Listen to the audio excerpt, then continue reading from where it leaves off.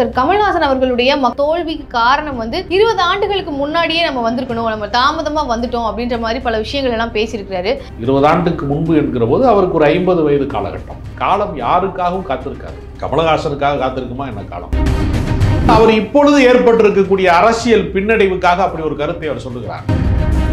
அன்றைக்கு அவர் அரசியல் கட்சி தொடங்கி இருந்தால் கலைஞர் அவர்கள் உயிரோடு இருக்கிறார், அம்மையார் ஜெயலலிதா உயிரோடு இருக்கிறார். காம்படிஷன் இன்னும் ஜாஸ்தி. இப்போ காம்படிஷன் கம்மி.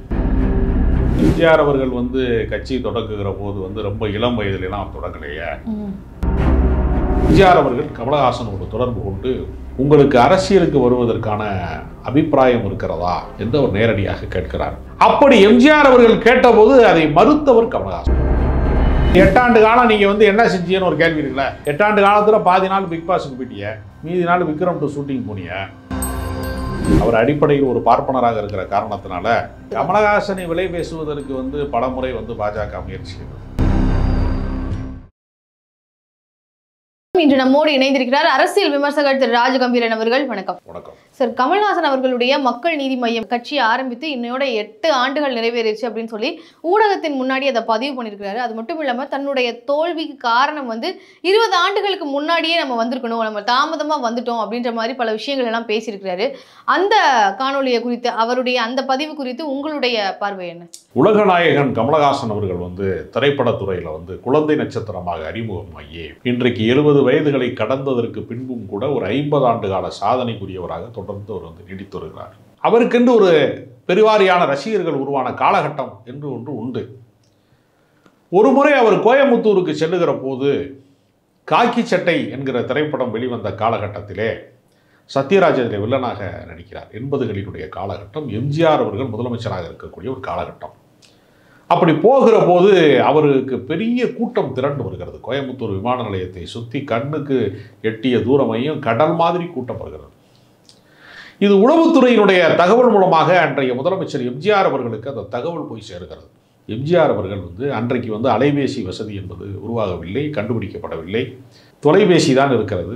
தொலைபேசி காலத்திலேயே எம்ஜிஆர் அவர்கள் கமலஹாசனோடு தொடர்பு கொண்டு உங்களுக்கு அரசியலுக்கு வருவதற்கான அபிப்பிராயம் இருக்கிறதா என்று அவர் நேரடியாக கேட்கிறார். அவ்வளோ பெரிய கூட்டம் அவருக்கு வருகிறது. எம்ஜிஆருக்கே அப்படி ஒரு கூட்டம் வந்ததனால்தான் அரசியல் கட்சிக்கு அவர் தலைவராக ஆனார். அவரே கேட்கிறார். அப்படி எம்ஜிஆர் அவர்கள் கேட்டபோது அதை மறுத்தவர் கமலஹாசன். பலமுறை அவரிடத்திலே கேட்டிருக்கிறார். அவர் புகழினுடைய உச்சியிலே, அதாவது இவர் கதாநாயகனாக நடிக்கிற காலத்திலே ரஜினிகாந்த் வில்லனாகவும் குணசித்திர கதாபாத்திரமாகவும் தான் நடித்தார். இவர் அப்படி அல்ல. இவர் மிக குறுகிய காலத்திலேயே கதாநாயகனாக மாறிவிட்டார். அது போக இவர் போல திரைத்துறையிலே சாதித்தவர்கள் என்று யாரையுமே தமிழ்நாட்டில் சொல்லவே முடியாது. இவரோடு ஒப்பிடுவதற்கு சமகாலத்தில் நடிகர்களே கூட கிடையாது. மறைந்த சிவாஜி கணேசனை வேண்டுமானால் ஒப்பிடலாம், யாரையும் அவரோடு ஒப்பிடவே முடியாது. அந்த அளவுக்கு சாதனைகளை, பெரிய பிரம்மாண்டங்களை செய்திருக்கிறார். இன்ன வகை கதாபாத்திரம் தான் என்று சொல்ல முடியாத அளவிற்கு அவ்வளவு வித்தியாசங்களை அவர் செய்திருக்கிறார். ஒரு கிழவனாக நடித்திருக்கிறார், பரதநாட்டிய கலைஞராக நடித்திருக்கிறார், வில்லன் கதாபாத்திரம் போன்ற விஷயங்கள் நடித்திருக்கிறார், எல்லா தன்மையும் நடித்திருக்கிறார். மக்களுடைய மனதை கொள்ளையடித்த ஒரு மாபெரும் ஒரு ஹீரோவாக அவர் எப்பொழுதுமே இருந்திருக்கிறார். அதைத்தான் அவர் குறிப்பிடுறார். 20 ஆண்டுக்கு முன்பு என்கிற போது அவருக்கு ஒரு 50 வயது காலகட்டம். அப்போ 50 வயது காலகட்டத்திற்குள்ளே நான் வந்திருக்க வேண்டும்னு சொல்கிறப்ப அந்த இந்தியன் திரைப்படம் போன்ற காலகட்டம், அப்படி ஒரு காலகட்டத்திலே வந்திருந்தால் ஒரு பெரிய அலையை உருவாக்கி இருக்க முடியும் என்று ஒரு கணக்கு சொல்கிறார். காலம் யாருக்காகவும் காத்திருக்காது. கமலஹாசனுக்காக காத்திருக்குமா என்ன காலம்? ஆனால் அவர் இப்பொழுது ஏற்பட்டிருக்கக்கூடிய அரசியல் பின்னடைவுக்காக அப்படி ஒரு கருத்தை அவர் சொல்லுகிறார். அன்றைக்கு அவர் அரசியல் கட்சி தொடங்கி இருந்தால் கலைஞர் அவர்கள் உயிரோடு இருக்கிறார், அம்மையார் ஜெயலலிதா உயிரோடு இருக்கிறார், ரஜினிகாந்த் அரசியலுக்கு வரப்போகிறார் என்கிற அலை வீசிக்கொண்டே இருந்தது. வைகோ அவர்கள் மிகப்பெரிய அளவிலே அரசியலிலே செல்வாக்கு செலுத்திய ஒரு காலகட்டம் அப்போதுதான் நிகழ்ந்தது. விஜயகாந்த் அவர்களுடைய அரசியல் காலகட்டம். அப்போ காம்படிஷன் இன்னும் ஜாஸ்தி. இப்பொழுது கலைஞர் போன்ற ஒரு ஆளுமை கிடையாது, ஜெயலலிதா போன்ற ஒரு ஆளுமை கிடையாது, விஜயகாந்த் என்கிற ஆளுமை கிடையாது. இப்போ காம்படிஷன் கம்மி. தமிழ்நாட்டு அரசியலை பொறுத்தவரையில் பெரிய ஆளுமைகள் யாரும் உயிரோடே இல்லை. அதனால் இப்பொழுது இருக்கக்கூடிய இலகுவான சூழ்நிலையிலேயே அவரால் அரசியலில் நீந்த முடியவில்லை என்பதற்கு என்ன காரணம் என்றால், ஒரு தலைவனாக ஒருவரை நம்புவதற்கு அரசியல் கட்சியிலே மக்கள் நீண்ட காலம் எடுத்துக்கொள்கிறார். ஸ்டாலின் அவர்களை எடுப்பிலேயே யாரும் தலைவராக ஏற்றுக்கொள்ளலை, கட்சிக்காரர்களே ஏற்றுக்கொள்ளலை. மிக நீண்ட கால பயணத்தின் வழியாக ஸ்டாலின் ஒரு நாளில் இந்த இடத்தை அடையலை. அவர் தொடக்க நிலையிலேருந்து நீங்கள் பார்த்தீங்கன்னா அவர் சாதாரண ஒரு பகுதி செயலாளர்களை தொடங்கி இளைஞரணியில் வேலை செய்து அப்படி படிநிலையில் தான் வந்துக்கிட்டே இருக்கிறார். அப்புறம் பின்னாடி வந்து சட்டமன்றத்துக்கு 84 வந்து 1984 போட்டிட்டு தோல்வி அடைஞ்சிட்டாரு. எம்ஜிஆர் காலகட்டத்தில் ஸ்டாலின் அவர்கள் வந்து சட்டமன்ற உறுப்பினராக கூட ஆக முடியல. 1000 விளக்கு தொகுதியில் போட்டிட்டார், தோற்று போயிட்டார். மறுபடியும் 91 தேர்தலில் தோற்று போயிட்டார். அதற்கு நடுவில் ஒரு தேர்தலில் எம்எல்ஏ ஆனார். 84க்கு பின்பு எம்ஜிஆர் மறைவுக்கு பின்பு வந்து ஒரு பெரிய பின்னடைவான காலத்தில் வந்து அரசியலில் வந்து அவர் இப்போ போராடிட்டே இருக்கிறார். அப்புறம் அவர் மாநகர மேயர் ஆகிறார். அவருக்கு மாநகர மேயராக பெரிய செல்வாக்கு வருகிற போது அந்த செல்வாக்கை பொறுத்து கொள்ள முடியாமல் 2வது முறை அவர் மேயராக வரக்கூடாது என்பதற்காக ஜெயலலிதா சட்ட திருத்தமே கொண்டு வருகிறார். ஒரு பதவியிலே தான் இருக்க வேண்டும். அவர் ஒரே நேரத்தில் 2 பதவியில் இப்போ இருந்தார். அதனால் உன்னை ராஜினாமா செய்யுங்கிற நிலைமை உருவாக்கினாங்க. அப்படி தொடர்ந்து போராடி தான் ஒரு கட்டத்துக்கு மேலே இந்த இடத்தை அவர் அடைகிறார். அப்போ நீண்ட கால பயணம் எப்படி வந்து கமலஹாசனுக்கு அரசியலிலே ஒரு நீண்ட பயணம் இருக்கிறதோ அது மாதிரி தான். இப்போ நான் ஒரு உல்டாவாக கேட்குறேன். தொடக்க காலத்திலே வந்து மு.க. ஸ்டாலின் அவர்கள் வந்து மேடை நாடகங்களிலே நடித்தார். காகிதப்பூங்கிற நாடகங்கள் அவர் நடித்தார். அவர் திரைப்படத்தில் நடித்திருக்கிறார். ஒரே ரத்தம்னு ஒரு கலைஞர் அவர்கள் கதை வசனம் எழுதிய திரைப்படத்தில் கதாநாயகனாக ஸ்டாலின் அவர்கள் நடித்திருக்கிறார். அது தோல்வி படம், வெற்றி பெறல. குறிஞ்சி மலருங்கிற தொலைக்காட்சி தொடரிலே கதாநாயகனாக நடித்தார். எதற்கு நான் சொல்லுகிறேன் என்றால், அவர் கலைத்துறைக்கு வந்தபோது அவர் கமலஹாசன் ஆகிவிட முடியவில்லை. கமலஹாசன் அரசியலுக்கு வந்தபோது ஸ்டாலின் ஆகிவிட முடியவில்லை. நீரிலே ஜெயிக்கிற முதலை நிலத்திலே தோற்கும், நிலத்திலே ஜெயிக்கிற யானை நீரிலே தோற்கும். அதனால எல்லா இடத்திலும் எல்லாரும் வெற்றி பெற முடியாது. ஒரு துறையிலே வெற்றி பெற்றவர்கள் இன்னொரு துறையிலே வந்து வெற்றி பெறுவார்கள் என்று எந்த உத்தரவாதம் சொல்ல முடியாது. அவருடைய அந்த பதிவுல கூட வந்து நாடாளுமன்றத்தில் நம்மளுடைய குரல் வந்து ஒலிக்க போகுது, கூடிய விரைவில் சட்டமன்றத்திலையும் ஒலிக்கும் அப்படின்ற மாதிரியான விஷயத்தை பதிவு பண்ணாரு. அப்படி பார்க்கும்போது மறைமுகமா இது அவருடைய வெற்றி அப்படின்னு எடுத்துக்கலாமா? ராஜ்யசபா எம்பியாக ஆவதற்கு கட்சியே தேவையில்லையே. வந்து இளையராஜா வந்து எந்த கட்சியில் வந்து சேர்ந்தார்? அவருக்கு வந்து பிஜேபி உறுப்பினர். அவர் இளையராஜா அவர் பாட்டுக்கு மியூசிக் கம்போசராக ஒர்க் பண்ணிட்டு இருக்காரு ஸ்டூடியோவில் உட்காந்து. இளையராஜா ஒளிப்பதிவு கூடத்துக்குள்ளே வேலை செய்து கொண்டு இருக்கிற போதே அவருக்கு ராஜ்யசபா எம்பி கொடுக்குறாங்கல்ல. அமிதாப் பச்சன் போன்றவர்கள் நாடாளுமன்ற உறுப்பினராக இருந்திருக்காங்க. துக்ளக் ஆசிரியராக இருந்த மறைந்த ஷோ அவர்களுக்கு வந்து பிஜேபி சார்பாக ராஜ்யசபா உறுப்பினர் கொடுத்தாங்களே. அவர் நேரடியாக கட்சிக்காரர் கிடையாது. அப்போ கௌரவத்திற்கு கூட அது மாதிரி பெரிய கலைஞர்களாக இருக்கிறவர்கள், பத்திரிகையாளர்களாக இருக்கிறவங்க, பெரிய அளவில் மக்களால் கொண்டாடப்படக்கூடியவர்களுக்கு ராஜ்யசபா எம்பி கொடுத்துருக்காங்க. கமலஹாசனுக்கும் ஏறத்தாழ கட்சிக்காக கொடுத்தார்கள்னு சொல்ல முடியாது. கட்சி வந்து கரை சேரலை. கமலஹாசன் என்கிற ஆளுமை வந்து தேர்தல் அரசியலிலே அவமானப்பட்டு விடக்கூடாது. அது நேரடி கள அரசியலிலே அவருக்கு ஒரு பின்னடைவை அவர் பார்த்துட்டார். அவர் டார்ச் லைட்லாம் தூக்கி போட்டு உடைச்சி என்னென்னமோ விளம்பரங்கள்லாம் செய்து பார்த்தார். இதே திமுக அரசுக்கு எதிராகலாம் அவர் பேசினார். பலகருப்பையாவை கொண்டு வந்து கட்சியில் சேர்த்து அவர் கட்சியை வந்து திமுகவை பற்றி வந்து தாறுமாறான விமர்சனங்களெல்லாம் முன்வைத்தார். அதெல்லாம் பார்த்து ரசித்தார். நான் சக்கர நாற்காலியிலே வந்து உங்களை சங்கடப்படுத்த மாட்டேன் அப்படி கூட பேசினார். கலைஞர் தான் சக்கர நாற்காலிக்கு அடையாளம் அப்படிலாம் பேசினார்ல. ஆனால் முடிவு என்ன? உங்களால் தேர்தல் அரசியலில் வெல்ல முடியல. அதனால் திமுக தான் உங்களுக்கு அந்த கௌரவத்தை தருகிறது. அந்த அடிப்படையில் வந்து அவர் வந்து ராஜ்யசபா எம்பி ஆகிறாரு. இவர் மட்டும் ராஜ்யசபாவுக்கு போகிறாரேன்னு கட்சிக்காரங்க நினச்சிடக்கூடாதுங்கிறதுக்காக, அவங்க மன சங்கடப்படக்கூடாதுங்கிறதுக்காக கட்சிக்காரங்களை பார்த்து நம் குரல் சட்டமன்றத்தில் முடிக்கும்னா ஒரு சட்டமன்றத்தில் கூட்டணியில் ஏதாவது சீட்டு கேட்பாங்கன்னு அர்த்தம். வெற்றி அடைஞ்சிருக்கணும் அப்படின்னா 20 வருஷத்துக்கு முன்னாடியே நம்ம வந்திருந்தோம்னா நம்ம இந்த பயணத்தில் வெற்றி அடைஞ்சிருக்கலாம் அப்படின்ற மாதிரி சொல்லியிருந்தாரு. அப்படி 20 வருஷத்துக்கு முன்னாடியே அவர் சொல்கிற மாதிரி 50 வயசுலேயே நம்ம வந்திருக்கணும் அப்படின்னு குறிப்பிடுறது. இப்போ 50 வயசுலேயே வந்து விஜய் அவர்களும் வந்து வந்திருக்கிறாரு. ஸோ அப்படி பார்த்தீங்கன்னா விஜய் அவர்கள் இந்த காலகட்டத்தில் வந்ததுனால அவர் வெற்றி பெற்றுவார் அரசியலில் அப்படின்ற மாதிரி ஏற்றுக்கலாமா? ஏன்னா அவரோட பீக்கில் தான் இருக்கிறார். சொல்ல முடியாது. எம்ஜிஆர் அவர்கள் வந்து கட்சி தொடங்குகிற போது வந்து ரொம்ப இளம் வயதுலாம் அவர் தொடங்கலையே. அவர் கட்சி தொடங்குகிற போது அவருக்கு ஒரு முதிர்ந்த வயதில் தான் அவர் இருந்தார். ஏறத்தாழ 60 வயது கிட்ட தான் அவர் இருந்தார். 10 ஆண்டு காலம் அவர் வந்து ஆட்சியில் இருந்தபோது கூட அவர் வந்து ரொம்ப இளைய வயதில் வந்தார்லாம் சொல்ல முடியாது. அதல்ல விஷயம். களத்திற்கு வந்த பின்னால் நீங்கள் மக்கள் நம்பும்படியாக என்ன வேலை செய்திருக்கிறீர்கள் என்று ஒரு கேள்வி இருக்கிறது. அதுதான் ரொம்ப முக்கியமானதாக நான் கருதுகிறேன். நீங்கள் வந்து கள அரசியலில் இந்த 8 ஆண்டு காலம் நீங்கள் வந்து என்ன செஞ்சீங்கன்னு ஒரு கேள்வி இருக்குல்ல. 8 ஆண்டு காலத்தில் பாதி நாள் பிக் பாஸுக்கு போயிட்டீங்க, மீதி நாள் விக்ரம் 2 ஷூட்டிங் போனீங்க, அப்புறம் நடுவில் கொஞ்ச நாள் அமெரிக்கா போயிட்டீங்க, ஏஐ கற்றுக்கொள்வதற்காக, செயற்கை நுண்ணறிவு கற்றுக்கொள்வதற்காக போராட்டு போயிட்டீங்க. அப்போ நீங்கள் வந்து கட்சிக்காக செலவழித்த நேரம் எவ்வளவு? ஆனால் அதுக்கு முன்னாடி இந்த தேர்தல் களத்தெல்லாம் பார்க்கும்போது மக்களை வந்து போய் சந்திச்சாரு, எல்லா மக்கள்கிட்டையும் பேசினாரு, தேர்தல் பரப்புரையில் ஈடுபட்டாரு அப்படின்றதெல்லாம் நமக்கு பார்க்க முடிஞ்சது இல்லையா? தேர்தல் நேரத்துக்கு அரசியல்வாதிகள் வருவதை மக்கள் வந்து ஒரு பெரிய விஷயமா எடுத்துக்கொள்ள மாட்டாங்க. ஏன்னா அது பரீட்சை காலுக்கு வர்றது மாதிரி தான். அது பரீட்சை காலுக்கும் ஒருத்தன் வரலைன்னா அவன் படிக்கிறவன் லிஸ்ட்லேயே சேர்க்க முடியாது இல்லையா? பள்ளிக்கூடத்துக்கு எல்லா நாளும் வந்தால் தான், அட்டண்டன்ஸ் போட்டால் தான் அவன் வந்து மாணவன் கணக்குக்கு வருவான்.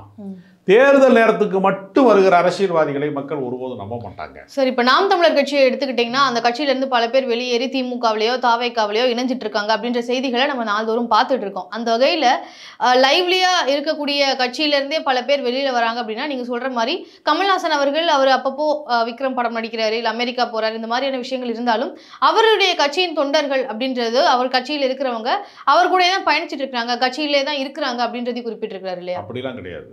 அவர் கட்சியை விட்டு நிறைய பேர் விலகி போயிட்டாங்க. அவர் கட்சிக்கு வந்து மிகப்பெரிய பொருளாதார பின்புலம் கொண்டவராக இருந்த மகேந்திரன் என்று சொல்லக்கூடியவர் கோயம்புத்தூர் தொகுதி அவர் போயிட்டாலும் பின்னாடி வந்த தொண்டர்கள் இருக்காங்கன்னு தான் சொல்றாரு. இல்ல, ஆளுமைகள் பல பேர் வெளியேறிட்டாங்க. சமீபத்தில் கூட ஒரு திரைப்பட நடிகை வினோதினி நினைக்கிறேன், அவங்க வெளியேறி போயிட்டாங்க. நிறைய பேர் வெளியேறி இருக்காங்க. யாரும் வெளியேறாமலாம் இல்லை. பாரதி கிருஷ்ணகுமார்னு உங்கள் கட்சியினுடைய ஒரு அறிவின் அடையாளமாக தொடர்ந்து ஊடகங்களிலெல்லாம் விவாதித்து கொண்டிருந்தவர், அவரெல்லாம் கட்சியை விட்டு வெளில போயிட்டார். ஞானசம்பந்தன் கூட கட்சியில் துணைத் தலைவரெல்லாம் இருந்தார், அவரெல்லாம் வெளில போயிட்டார். நிறைய பேர் வெளில போயிட்டாங்க. என்ன போகும்போது திட்டிட்டு போகாமல் இருக்கிறதுனால உங்களுக்கு தெரியாமல் இருந்திருக்குன்னு நினைக்கிறேன். சீமானை வந்து எல்லாருமே கெட்ட வார்த்தையால் திட்டிட்டு போகிறாங்க. போகும்போது என் வாழ்க்கை வீணாக்கிட்டான், 15 வருஷத்தை வீணாக்கிட்டான்னு சொல்லிட்டு போகிறாங்க. இவர்கிட்ட யாரும் சொல்லலை. அது காரணம் என்னென்னா, சீமான் போல் இவர் மோசடிகள் எதுவும் செய்யலை. ஏன்னா இவர் சீமான் வந்து மாற்றி மாற்றி பேசுவார். காலையில் ஒன்று சொல்லுவார், சாயங்காலம் ஒன்று சொல்லுவார். காலையில் வந்து பெரியார் தான் நமக்கு இன்னும் துரோகின்னு சொல்லி பேசுவார். மத்தியானம் சொல்கிறாரு அண்ணாதுரை நல்ல தலைவர்னு சொல்லுவார். அதுக்கு போன மாதம் என்ன பேசினார்னா, அண்ணாதுரை ஒரு பிச்சைக்கார பையன் ஒரு மீட்டிங்கில் பேசியிருக்கிறாரு. சீமானுக்கு என்று நிதானம் கிடையாது. குடிகாரன் பேச்சு விடிஞ்சா போச்சு. டாஸ்மார்க்கில் உட்காந்து பேசுகிறவனுக்கும் மேடையில் சீமான் பேசுகிறதுக்கும் பெரிய வித்தியாசம் ஒன்றுமே கிடையாது. ரெண்டுமே ஏறத்தாழ ஒன்று தான். அந்த மாதிரியான அநாகரிகமான உரையாடலை கமலஹாசன் செய்ய மாட்டார். கமலஹாசன் வந்து நிதானம் தவறிய வார்த்தைகளை ஒரு நாளும் பேச மாட்டார். ஓகே சார், இப்போ கமல்ஹாசன் அவர்கள் வந்து 8 ஆண்டுகள் ஆகிருக்கு கட்சியை தொடங்கி அப்படின்றத வந்து இப்போ வந்து பதிவு பண்ணியிருக்கிறார் அப்படின்றப்போ அது எதையாவது உணர்த்துதா? அதுக்கான காரணங்கள் ஏதாவது இல்லை, கமலஹாசனை விலை பேசுவதற்கு வந்து பல முறை வந்து பாஜக முயற்சி செய்தது. தொடக்கத்தில் கூட பல பேருக்கு என்ன சந்தேகம் இருந்ததுன்னா, அவர் அடிப்படையில் ஒரு பார்ப்பனராக இருக்கிற காரணத்தினால ஜெயலலிதாவுக்கு பின்பு தமிழ்நாட்டிலே ஒரு பார்ப்பன தலைமையே கிடையாது. ஏன்னால் மூதறிஞர் ராஜாஜி என்று அழைக்கப்படுகிற ராஜாஜி அவர்களுக்கு முதலமைச்சராக இருந்திருக்கிறாரு. அதற்கு பின்பு வந்து ஜெயலலிதா மட்டும்தான் இருந்திருக்கிறாங்க. அதுக்கு பின்பான தொடர்ச்சி யாரும் கிடையாது. அதனால் அப்போ அவர் வந்து அப்படி தேர்வு செய்திருக்கிறார்களோ, அவங்க ஃபண்டு பண்ணி தான் அந்த கட்சி தொடங்கி இருக்கிறாங்களோ என்கிற சந்தேகம் பல பேருக்கு இருந்தது. அவங்களும் ராஜ்யசபா எம்பி தர்றதுக்கு அவர்கிட்ட பேசினாங்க. அவர் அதை மறுத்துட்டார். பல முறை வந்து பாஜக வந்து பல முறை வந்து அவரை அழைத்த போது கூட கமலஹாசன் பாஜகவோடு உடன்பட மறுத்துட்டார். அந்த ஒரு இடத்துல இருந்து பார்க்கிற போது அவர் காங்கிரஸ் மனநிலையிலே தான் இருக்கிறார். ஏன்னா அவங்க அப்பா அடிப்படையில் காங்கிரஸ் கட்சிக்காரரு. அவர் அந்த காங்கிரஸ் மனநிலையிலிருந்து வளர்ந்தவர். ஒரு இஸ்லாமியர் பெயரையே தன் பெயரினுடைய ஒட்டாக வந்து ஹாசன் என்கிற பெயரை வந்து தன் பெயரில் இணைத்து கொள்ளக்கூடிய அளவிற்கு ஒரு சமூக நல்லிணக்கத்தை, மத நல்லிணக்கத்தை விரும்பக்கூடிய ஒரு குடும்பத்திலிருந்து அவர் வந்தவர் என்கிற காரணத்தினால அவர் வந்து பாஜகவினுடைய மதவெறி அரசியலை ஏற்றுக்கொள்வதற்கு அவருக்கு மனம் இல்லை. ஓகே சார், இப்போ மக்கள் நீதி மையம் அப்படின்னு வைக்கும்போதே வந்து அவர் பாஜகவுக்கு சப்போர்ட்டாக போகக்கூடிய ஒரு நபர் தான், பாஜகவின் பின்புலத்தில் இருந்தால் வராரு அப்படின்ற மாதிரியான விமர்சனங்கள் ஆரம்ப கட்டத்தில் வந்தது. இப்போ அதே மாதிரி தான் விஜய் அவர்களுக்கும் வந்துட்டு இருக்கு.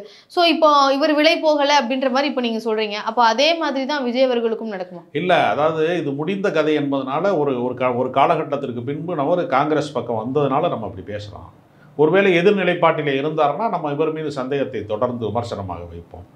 அப்போ அதுபோல் விஜய் அவர்களும் மதச்சார்பற்ற கூட்டணி தான் என்னுடைய கூட்டணி, வந்து பாஜக என்னுடைய எதிரி என்று சொல்லக்கூடிய இடத்திற்கு துணிச்சலாக ஒரு முடிவை எடுக்கக்கூடிய இடத்திற்கு வந்து சேர்ந்தால் அவரையும் ஒரு மதச்சார்பற்ற சக்தியாக ஏற்றுக்கொள்ளலாம். இப்போதைக்கு விஜயினுடைய வண்ணம் என்ன என்று யாருக்குமே தெரியலை. ஒரு மதில் மேல் பூனை மாதிரி அவர் இருக்கிறாரு. அவர் வந்து திமுக எதிர்ப்பு ஒன்றை மட்டுமே குறிக்கோளாக வைத்திருக்கிற காரணத்தினால திமுகவை தகர்க்கிற வலதுசாரி கூட்டம் இவரை பயன்படுத்துகிறதா என்கிற ஒரு சந்தேகம் சில பேருக்கு இருக்கிறது.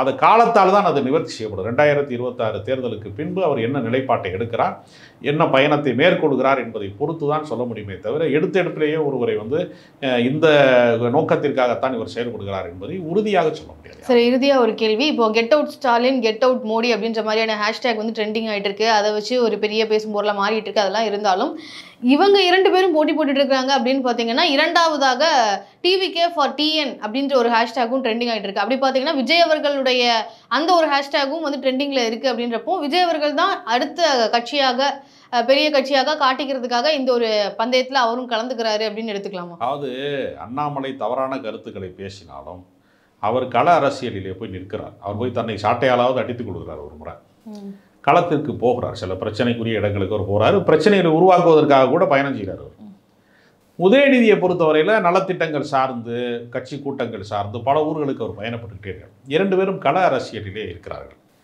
விஜய் வந்து கள அரசியலில் இருக்கிறாரா என்று கேட்டால் அவர் வந்து நிழல் அரசியலில் தான் இருக்கிறார். அதனால் நேரடி அரசியல் களத்துக்கு வராமல் நீங்கள் எக்ஸ் தளத்திலே சண்டை போடுவதாலேயோ கருத்து சொல்வதனாலேயோ ஒரு கட்சி வளரும் என்று நம்பினால் கமலஹாசனே அதை நம்பித்தான் வீணாக போனார். திரும்ப திரும்ப அவர் எக்ஸ் தளத்திலையும் அன்றைக்கு வந்து அவங்க என்ன சொல்லுவாங்க ட்விட்டர் என்று சொல்லக்கூடிய அந்த தளத்தில் தான் அவர் தொடர்ந்து கருத்துக்களை வெளியிட்டு கொண்டே இருந்தார். மக்களை நேரடியாக சந்திக்காதவர்கள், களத்துக்கு வராதவர்களை குறித்து மக்கள் சிந்திக்க மாட்டாங்க.